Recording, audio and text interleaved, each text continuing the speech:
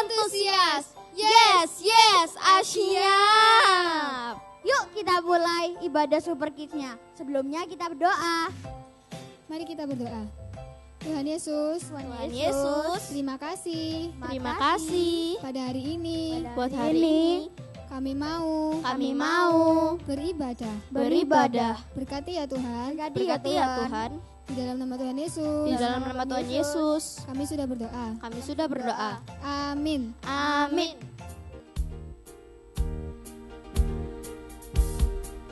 Kita memuji Tuhan sama-sama ya.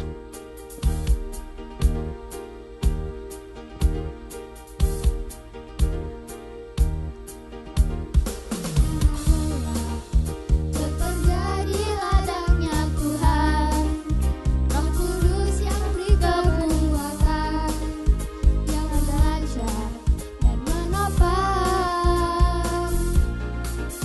Tiada lelah bekerja bersamamu Tuhan, yang selalu mencukupkan akan segalanya.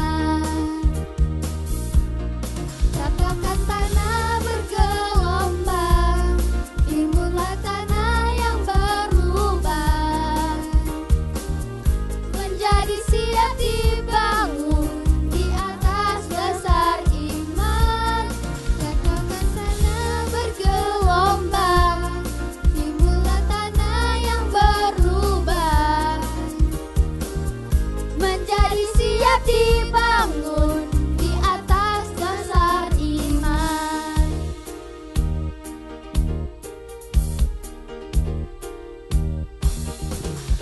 Jangan lelah bekerja di ladangnya Tuhan, Roh Kudus yang beri kekuatan, yang mengajar dan menopang.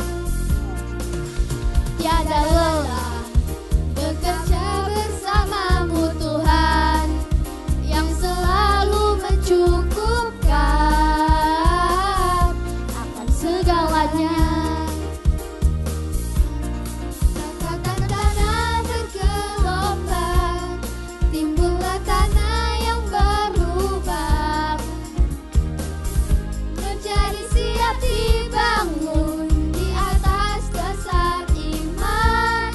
Ratakan tanah bergelombang, timbullah tanah yang berlubang, menjadi siap dibangun di atas dasar iman.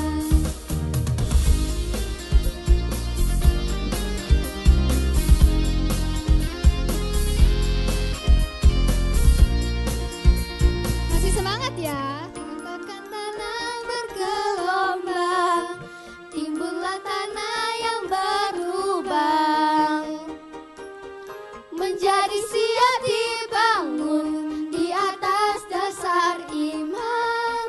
Ratakan tanah bergelombang, timbullah tanah yang berlubang, menjadi siap dibangun di atas dasar iman. Tanah bergelombang, timbullah tanah yang berlubang, menjadi siap dibangun di atas dasar iman. Ratakan tanah bergelombang, timbullah tanah yang berlubang, menjadi siap dibangun di atas dasar iman. Menjadi siap dibangun, menjadi siap dibangun, menjadi siap dibangun di atas dasar iman.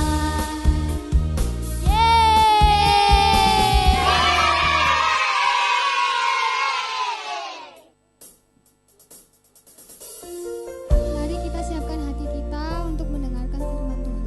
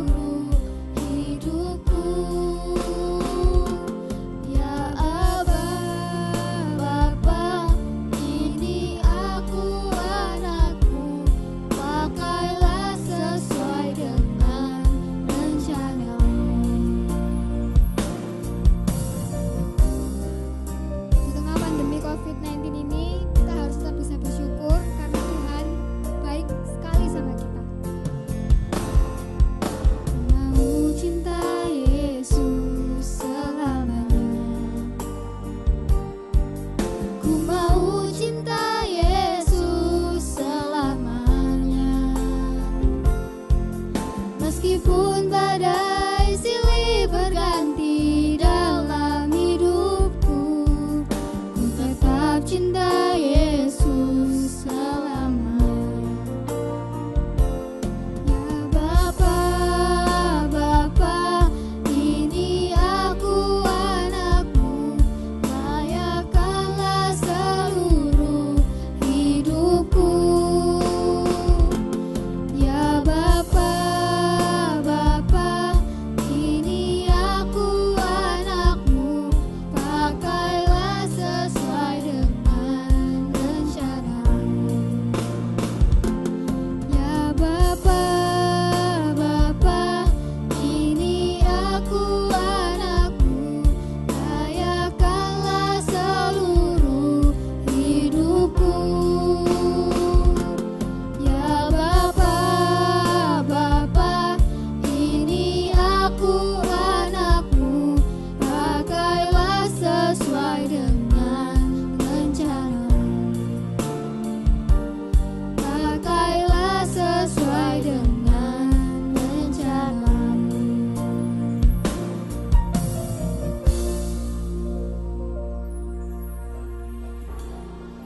Halo, Shalom Super Kids. Wah, kita ketemu lagi di acara ibadah online Super Kids. Kak Gebi dan kakak-kakak yang ada di Super Kids semua berharap kalau teman-teman di rumah juga dalam keadaan yang baik dan sehat semua. Wah, coba kita mau mulai ibadah. Semua udah pada siap belum ya? Ayo, siapa yang belum siap? Kita siapkan dulu, udah mandi belum? Udah makan belum? Udah duduk yang manis atau belum? Ayo duduk yang manis, siapkan Alkitabnya, duduk yang manis dan kita siap mendengarkan firman Tuhan. Udah siap semua? Coba Kak Gabi lihat lagi. Oh udah siap, wah good semua ini Super Kid ini. Tepuk tangan dulu dong buat Super Kid, good semua. Nah adik-adik sebelum kita mulai firman Tuhan pada hari ini, yuk kita sama-sama berdoa dulu ya. Yuk kita berdoa, lipat tangannya dan tutup matanya. Sama-sama kita berdoa ya. Tuhan Yesus, terima kasih buat berkat-Mu sepanjang minggu ini. Tuhan, kami mau datang kembali beribadah dan mendengarkan firman-Mu. Berkati kami ya Tuhan, agar apa yang kami dengar dapat menjadi berkat dalam kehidupan kami. Terima kasih Tuhan Yesus. Yang percaya semua katakan amin. Oke, kita mulai ya firman Tuhan. Kita masih tetap pembahasan kita di tahun The New Dimension. Ya, masih ingat semua kan? Pada hari ini Kak Gebi mau cerita tentang gimana sih mempunyai hati yang lebih sungguh-sungguh lagi mengikuti Tuhan memasuki tahun The New Dimension ini ya. Adik-adik kita akan belajar semuanya ini lewat kisah seorang anak muda. Nah, siapa yang tahu kisah seorang anak muda yang di Alkitab? Siapa namanya? Yosafat? Bukan, adalah Daud. Nah, Daud ini dipakai Tuhan luar biasa. Dia bisa mengalahkan Goliat. Nah, adik-adik, pada saat itu Daud sangat terkenal. Tapi rajanya Saul akhirnya iri hati kepada Daud dan akhirnya mau membunuh Daud. Nah, kita saksikan aja videonya ya supaya kita lebih mengerti lagi. Yuk sama-sama kita tonton.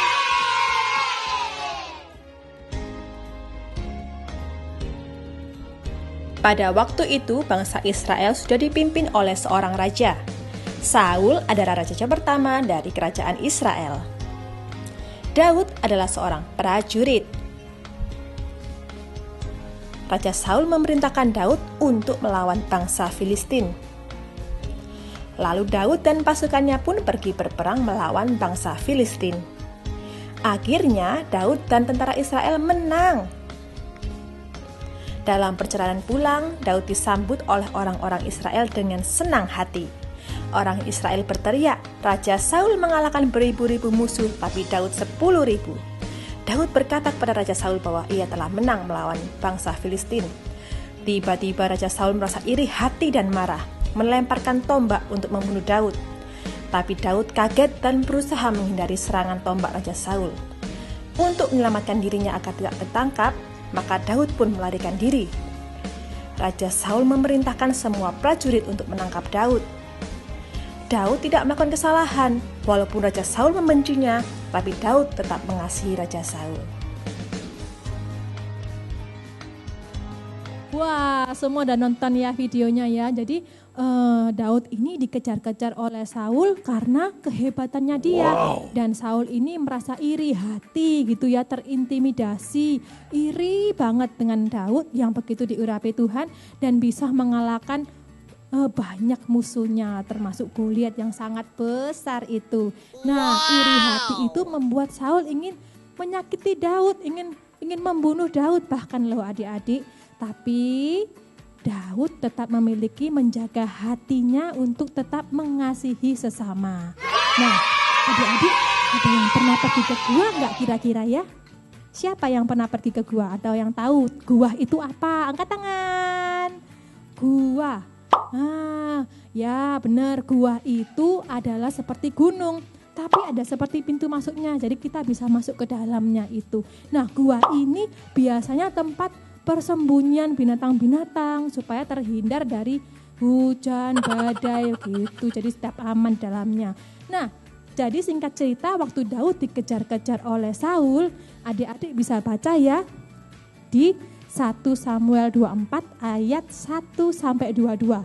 Di situ ada ceritanya adik-adik. Jadi waktu Daud dikejar-kejar oleh Saul, Daud dan para tentaranya bersembunyi di dalam gua. Nah, dalam gua itu pastinya gelap adik-adik ya, gelap, lembab, panas. Mungkin kayak kita nggak bisa kemana-mana di dalam rumah, terus gitu mungkin perasaannya sama ya, bersembunyi karena kita nggak boleh kemana-mana. Kalau ini Daud juga sama, nggak bisa kemana-mana karena lagi dikejar-kejar oleh Saul yang mau membunuh Daud. Nah, waktu Daud bersembunyi bersama para tentaranya, ternyata Saul juga mengikuti Daud, mencari-cari Daud, hendak membunuh Daud. Ketika itu Saul juga masuk ke gua itu untuk buang air. Nah, dalam gua itu ternyata ada Daud dan tentara-tentaranya. Nah, tentara-tentaranya udah bisik-bisik nih sama Daud. Daud, lihat itu adalah Saul. Wah, kalau gelap-gelap gini, dia pasti nggak tahu kalau kita serang, dia pasti akan kalah gitu. Semua tentaranya udah bilang gitu, ayo bunuh Saul aja. Sekarang bukankah dia itu loh yang mengejar-ngejar kamu, yang mau membunuh kamu. Tetapi apa yang dilakukan Daud? Ada yang tahu? Apa coba yang dilakukan Daud? Kira-kira Daud membunuh Saul enggak di tempat itu? Ada yang tahu? Ya benar sekali adik-adik pintar. Daud tidak membunuh Saul, tapi dia memotong sedikit punca jubah dari Saul. Nah, ketika Saul keluar dari gua, Daud pun memanggilnya, ya tuanku raja. Nah, Saul pun menoleh ke belakang, lalu Daud menjelaskan, ya gampang sekali kalau aku mau membunuh tuanku Raja Saul. Karena dalam gua tadi aku juga di situ. Walaupun gelap aku sudah bisa harusnya membunuh Raja Saul ini, menyerang Raja Saul. Kan nggak ada tentara-tentara yang melindungi. Nah, dari situlah Raja Saul pun akhirnya menyesali perbuatan dia yang mengejar-mengejar Daud tanpa kesalahan yang pasti, hanya karena iri hati akhirnya mau membunuh Daud ini. Akhirnya pun Raja Saul menyesal dan mengasihi Daud lagi. Nah, adik-adik, cerita yang sangat luar biasa ya tentang bagaimana kita mempunyai hati yang mengampuni. Nah, kita mau belajar ya dari tokoh-tokoh di cerita ini. Yang pertama kita mau belajar dari Raja Saul. Ya, walaupun jahat kita harus tetap belajar dari apa yang dia lakukan. Yang pertama, Raja Saul itu iri hati sama Daud. Kita jadi anak-anak Tuhan harus tidak boleh menyimpan iri hati. Ya, ada nggak kira-kira adik-adik sini yang pernah iri hati sama temannya? Ayo, siapa yang pernah iri hati sama teman-temannya? Mungkin temannya, wih bajunya bagus, aku ingin, iri hati akhirnya. Nanti ada yang punya mainan lebih bagus, iri hati, maksa-maksa mamanya, aku mau itu. Akhirnya apa? Dimarahin sama mama, ya kan?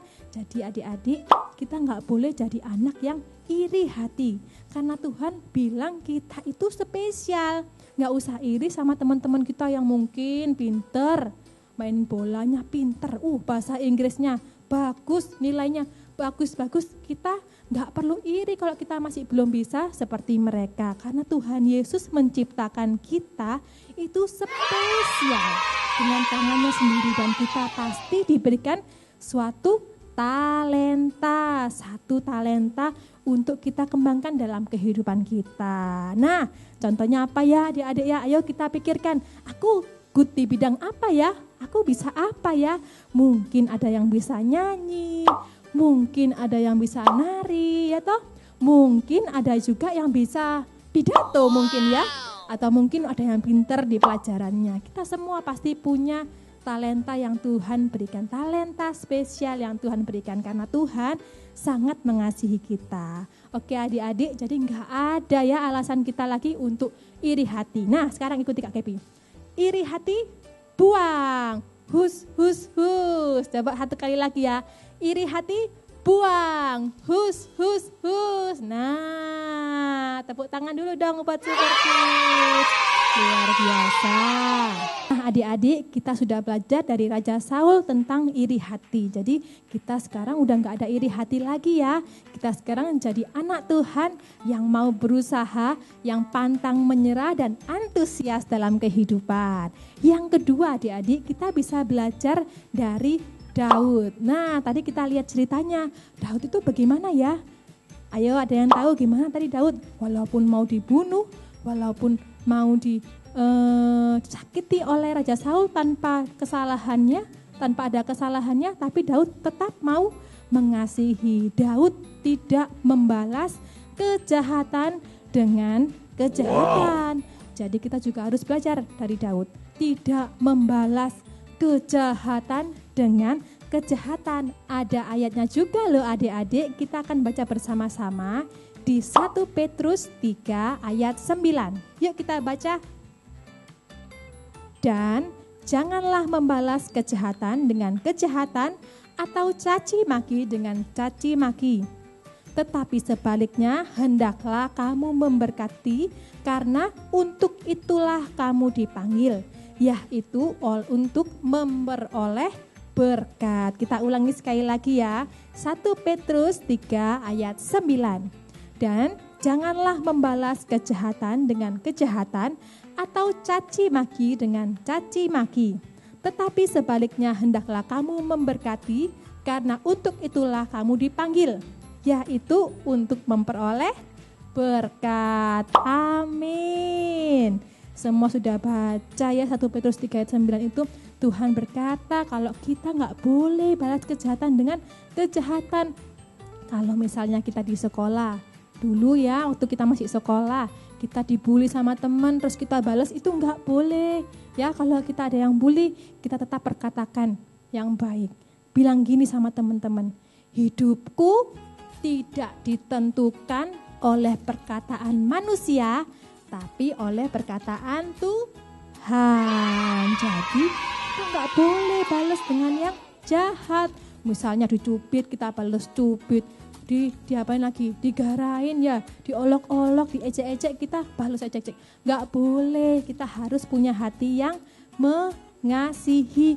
Karena Tuhan Yesus mengajarkan kita sebagai anak-anaknya harus saling mengasihi satu sama lain. Ngerti ya adik-adik ya? Yang kedua adalah sikap Daud yang tidak memaksakan keinginannya sendiri. Ya, Daud itu bisa mengendalikan dan menguasai dirinya. Ya, walaupun orang-orang bilang, Daud itu Saul itu di situ, di gua dengan kita, ayo bunuh aja. Tidak ada tentaranya, pasti dia kalah sama kita. Kita kan banyak orang dalam gua, Saul sendirian. Kita bunuh aja, dia loh sudah mencelakai kamu ya. Tapi Daud tetap tidak mau mendengarkan hal-hal yang buruk, tapi dia menguasai dirinya agar tidak menyakiti Saul. Dia tidak mau menyerang Saul, tapi dia tetap mengasihi Saul dan tidak membunuh Saul. Dan akhirnya mereka hidup bahagia, tidak membunuh lagi gitu adik-adik. Jadi berkat. Kita sebagai anak Tuhan juga seperti itu adik-adik ya. Kalau kita ada yang membuli, kita ada yang mungkin mengejek yang tidak suka dengan kita. Kadang-kadang enak kalau buat kita itu membalas, tapi kita tidak boleh seperti itu. Karena Tuhan katakan anak Tuhan harus mengasihi sesamanya. Tadi yang di 1 Petrus 3 ayat 9 udah kita baca. Jangan membalas kejahatan dengan kejahatan, karena kita adalah anak-anak Kristus. Oke, tepuk tangan dulu dong buat adik-adik. Nah, tadi kita udah belajar ya. Yang pertama, Daud itu orangnya tidak membalas kejahatan dengan kejahatan. Yang kedua, Daud juga dapat mengendalikan diri dan tidak memaksakan kehendak kepada orang lain. Nah, sekarang kita gimana di rumah? Kita masih ada yang suka maksa-maksa enggak? Ayo, coba dilihat kiri kanan. Siapa yang masih suka maksa-maksa? Ada enggak yang kira-kira maksa? Mah, aku mau ini, aku mau itu. Aku harus begini, aku harus begitu. Temanku harus mainan ini, ayo harus mainan itu. Ada enggak yang suka maksa-maksa seperti itu? Mulai sekarang kita harus berubah. Kita tidak boleh memaksakan kehendak kita kepada orang lain. Oke, kita harus belajar dari sikap Daud yang bisa mengendalikan dirinya sendiri. Nah adik-adik, ada satu contoh. Ada satu orang bernama Joy. Joy ini sedang sakit tenggorokan. Nah, sakit tenggorokannya kan batuk-batuk gitu ya adik-adik ya. Tapi di meja makan itu mamanya lagi bikin donat yang ada gulanya gitu ya. Joy jadi pengen makan. Wah tapi mamanya udah bilang, Joy tidak boleh makan ya, kamu masih batuk. Kamu harus makan yang lain, makan bubur, makan nasi yang sehat-sehat. Tidak boleh makan donat gula ini. Nah akhirnya dengan berat hati Joy pun bilang, oke ma. Oke, aku nggak akan makan. Tapi donat itu terlihat sangat enak gitu ya. Jadi Joy sangat pingin makan. Tapi dia teringat lagi, oh iya ya, aku ini masih sakit batuk. Mamaku juga bilang aku nggak boleh makan. Ya udah nanti aja deh. Nah tiba-tiba datang temennya, namanya Jenny. Jenny datang, wah Joy, apa kabar? Oh ya baik. Wah, mamamu lagi masak donat gula ya. Kelihatannya enak sekali. Aku boleh minta? Katanya Joy, boleh silakan ambil gitu. Jenny pun mengambil. Nah Jenny pun juga ngasih ke Joy. Joy ini buat kamu satu, aku satu. Kamu satu ya Joy. Tapi Joy menolak, enggak Jen. Mama bilang aku lagi sakit, batuk. Aku enggak boleh makan gula-gula seperti itu. Nanti next time bisa dibikinkan lagi sama mamaku. Lalu Jenny pun berkata, loh gak apa-apa, kan gak ada mama. Ya kan, mama kan lagi pergi. Wah, Joy pun langsung berpikir, oh iya ya, gak ada mama. Kan mama gak tahu kalau aku makan donat ini. Lah, apa yang kira-kira terjadi? Adik-adik yang gak ada yang tahu? Benar sekali, akhirnya Joy mengikuti katanya Jenny tadi, makan donat gula tanpa sepengetahuan mamanya. Ya malam hari ketika mau tidur, tenggorokannya Joy gatel sekali gara-gara batuk dan makan gula tadi. Nah akhirnya Joy pun menyesal karena perbuatannya tadi. Seandainya aku nggak ngikutin katanya Jenny, aku tetap ngikutin perintahnya mama, pasti aku nggak tersiksa seperti ini. Pasti aku bisa cepat sembuh batukku ini dan nggak gatel seperti ini. Nah dari cerita ini adik-adik kita ngerti kalau mengendalikan diri itu sangat penting buat kehidupan kita. Banyak kita pengen memaksakan, aku mau ini, harus pakai ini, harus beli ini. Padahal kita nggak tahu apa yang akan terjadi berikutnya. Apa itu merugikan kita, merugikan orang tua kita nggak tahu. Nah makanya itu kita harus bisa mengendalikan diri kita. Amin. Lanjut ya adik-adik, kalau kita sudah bisa mengendalikan hati kita bisa mengendalikan hidup kita akan pasti jadi dampak loh buat orang lain. Kita pasti bisa jadi berkat buat orang lain. Dan Tuhan mau anak-anaknya, anak-anak Super Kids bisa menjadi dampak positif buat orang lain. Bisa mengampuni orang yang salah, biar kita dikenal di luar bukan karena kejahatan kita, kenakalan kita atau keburukan kita. Tapi kita harus dikenal karena kasih kita, karena sukacita kita, karena kebaikan kita, karena kita bisa mengamalkan kasih Kristus di tengah-tengah dunia ini. Gitu ya Super Kids ya. Jadi kalau Tuhan Yesus baik, kita harus baik dong. Kalau Tuhan Yesus sabar, kita juga harus sabar dong. Kalau Tuhan Yesus bilang mengampuni, kita juga harus mengampuni. Oke? Sip. Nah, dengan begitu kita bisa menjadi berkat buat orang-orang lain, adik-adik. Contohnya di sekitar kita yang paling dekat, di rumah, dengan orang tua kita, dengan keluarga kita, dengan adik-adik kita, kakak kita mungkin, atau dengan tetangga kita, teman-teman bermain kita. Nah, seperti itu ya adik-adik ya. 3 hal yang kita bisa pelajari dari kisah Daud mengampuni Saul. Dari Saul kita belajar untuk tidak iri hati, dan dari Daud kita belajar untuk tidak membalas kejahatan dengan kejahatan, dan kita menjadi pribadi yang bisa mengendalikan diri. Amin.